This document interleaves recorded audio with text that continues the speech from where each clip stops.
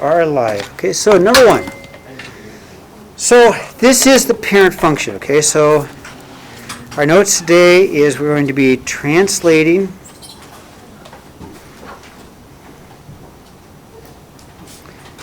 parent functions.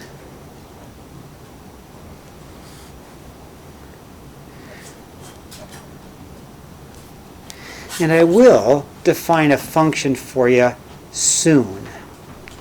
A function is just a graph, but it's a specific graph, and we'll talk about that later. But the word translating, I do want you to know what that means. Translating just means to move.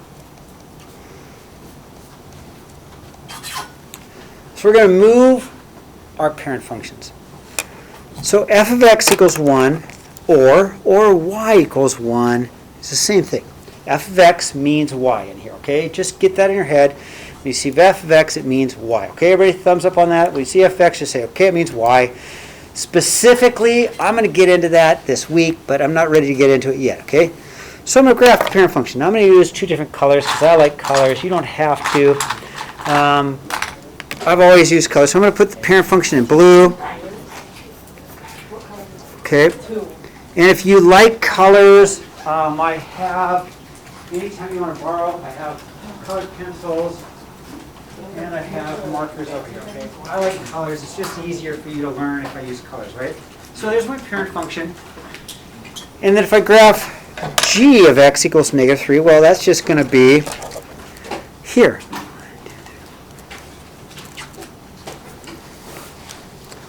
So this is y equals negative 3 or g of x equals negative 3, okay? Well, describe it. So in words, what happened? We went from the blue graph to the red graph. It's obvious what happened. It went down 4. Yeah, so down 4 is okay. I would never mark that wrong. I like this. It was a vertical translation down 4. You do not have to use the fancy math words, but that's the correct way to describe it. It's a vertical translation down 4. Okay?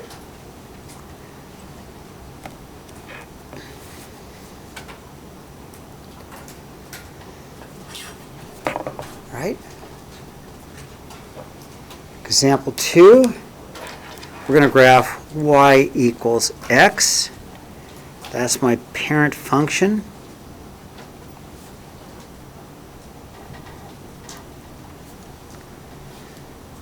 There are some invisible numbers. We don't normally write them, but it's a 1 over 1 x plus 0. The invisible numbers help me. So I'm going to do that in blue.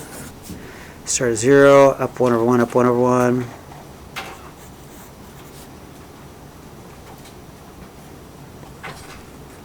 Okay, that's my f of x graph.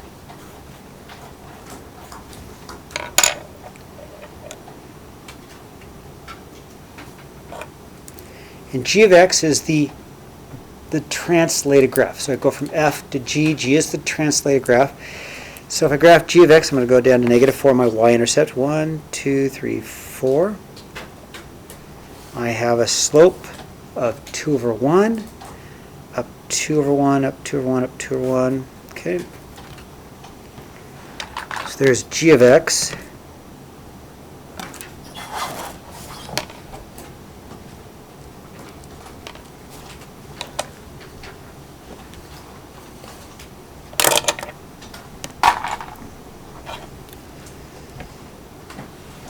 So in words, what happened from the blue graph to the red graph?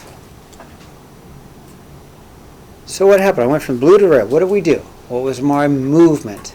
Yeah, Peyton? The first one was the vertical translation down 4. Perfect. So let's write that down, because there's two things, aren't there? So I see a vertical translation down 4. Good. Now there's a second movement. Okay, we got the first one correct. What's the second movement?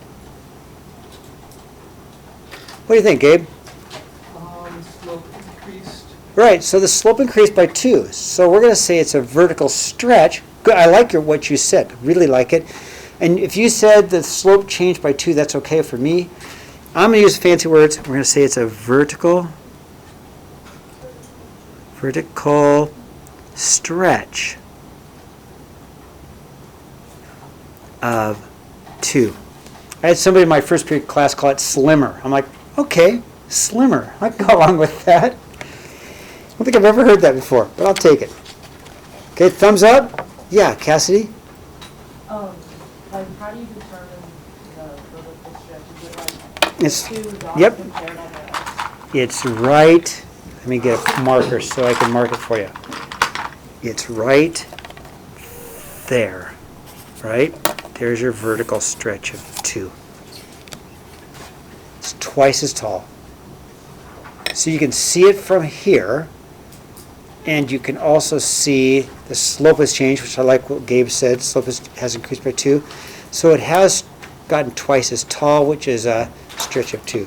Cassie, did I answer that okay? Okay, you guys ready to turn it? What am I doing? Thumbs up first. Am I doing all right? Okay, good. Let's turn the page. Okay, absolute value. So let's graph our parabola. Okay.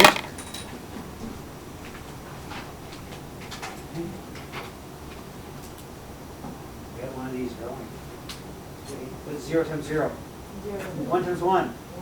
2 times 2. 3 times 3. Good. Okay, so 0 squared. 0 squared. 1 squared. 2 squared.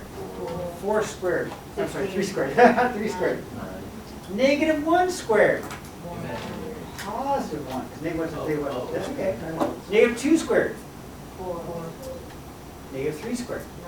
So what we're going to do is, instead of doing a silly t-table, just use your brain. Watch me do it. So I know it's a parabola, but here's how I do it to make it easy. I'm going to go 0 squared is 0, right? So 0, 0. 1 squared, I go over 1. 1 times 1, 1 squared is 1. 2 squared is 4. 1, 2, 3, 4. Oh my goodness gracious. How did I do that? Well, never mind, you guys. I'm off. I'm ahead of myself. I do that sometimes. Here's my absolute value. Wow. Thank you, Gabe. I'm doing this one. Not ready to do that one yet, am I? How embarrassing. I jumped way ahead. Sometimes I told you I'd go too fast. That's a great example of going too fast, isn't it? There you go. Okay, absolute value graph. G of x. So what we're going to do is we're going to move its vertex. And the vertex is going to be at negative 2, 3, because it's going to be the opposite of the inside. It's going to be the opposite of the inside. Remember the silly little dance?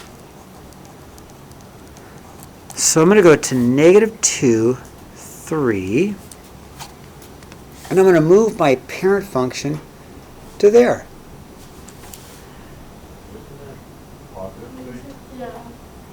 Yes, it is oh, shoot. What is going on? I keep getting these texts from Mr. Daly. This is messing me up. Thank you, guys. 2, 3. All right, just like you guys ignore my phone, right? Of course, it is my boss. Gabe's going to say the same thing, aren't you, Gabe? What? What did I do? Nothing. Yesterday with your phone, you said, well, it's my boss, Mr. Davies. Okay, thank you, guys. Now I'm back on track. Okay, so negative 2, positive 3, and I move the entire function to a vertex of negative 2, 3. So describe, what did I do? In words, what did I do?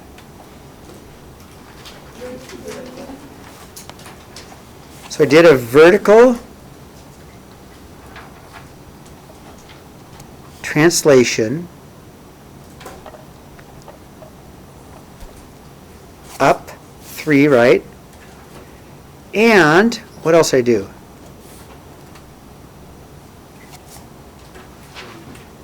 Yes. There you go. Awesome. Horizontal translation left 2. Okay? In words. Now, if on a test, if you say left 2 and up 3, I would probably take it. I wouldn't mark it wrong because you know what you're talking about. But if we use the right words, it's better. Okay? Now, okay, forgive me. I was on number 4 when I was talking about 1 squared, 2 squared, 3 squared, wasn't I? So the parent function, we know 0 squared is 0. Okay, over 1, because 1 squared is 1. Go back to the vertex. 1, 2, 2 squared is 4. 1, 2, 3, 4. Go back to the vertex. 1, 2, 3. 3 squared is 9. 1, 2, 3, 4, 5, 6, 7, 8, 9. Okay? On the negatives, negative 1 squared is a positive 1. Negative 2 squared, 1, 2. Negative 2 squared is a positive 4. 1, 2, 3. Negative 3 squared is a positive 9. I can draw in my parabola. Okay? And you guys did these in geometry. Okay? That's an easy way to graph it. Okay? That's f of x. G of x, we're going to do a translation. We're going to do 2 things. So what do you think are the 2 translations we have to do?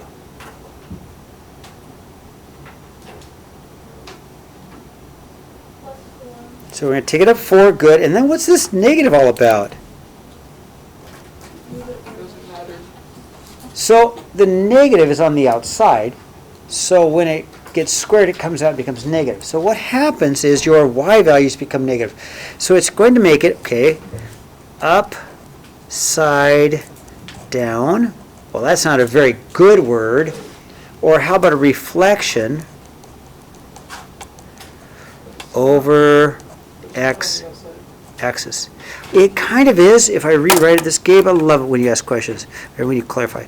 It's kind of like this. It equals a negative x squared plus 4. So the negative's on the outside of your x squared. So whatever goes in gets squared, but then becomes negative. Does that make sense on that? So a negative on the x value here becomes a reflection over the x-axis. So we're going to go up to 4, like you said. 1, 2, 3, 4. And we're going to do our same parabola, but the other way, but upside down, or reflection. 1, 1, 2, 4, 3, 1, 2, 3, 4, 5, 6, 7, 8, 9. And we know it's also symmetrical, right?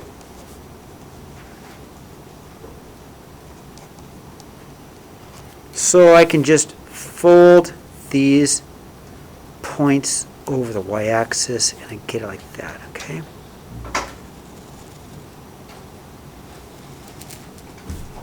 How's that? So, description, sure. We took and we did a vertical translation.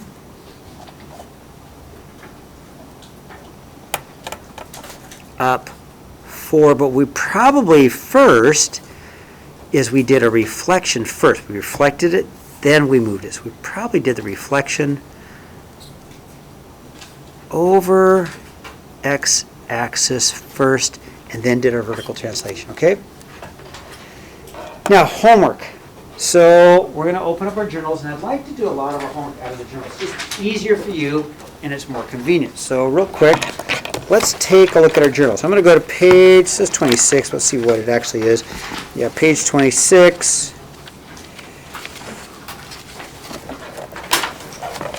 We're going to do the 1 through 12. So page, homework is page, homework. Page 26, we're going to do 1 through 12 all. And they give you graph. The thing I don't really appreciate about this journal is they give you graphs. Sometimes the graphs aren't big enough, so we just have to make it big enough. Okay? So I'm going to get just set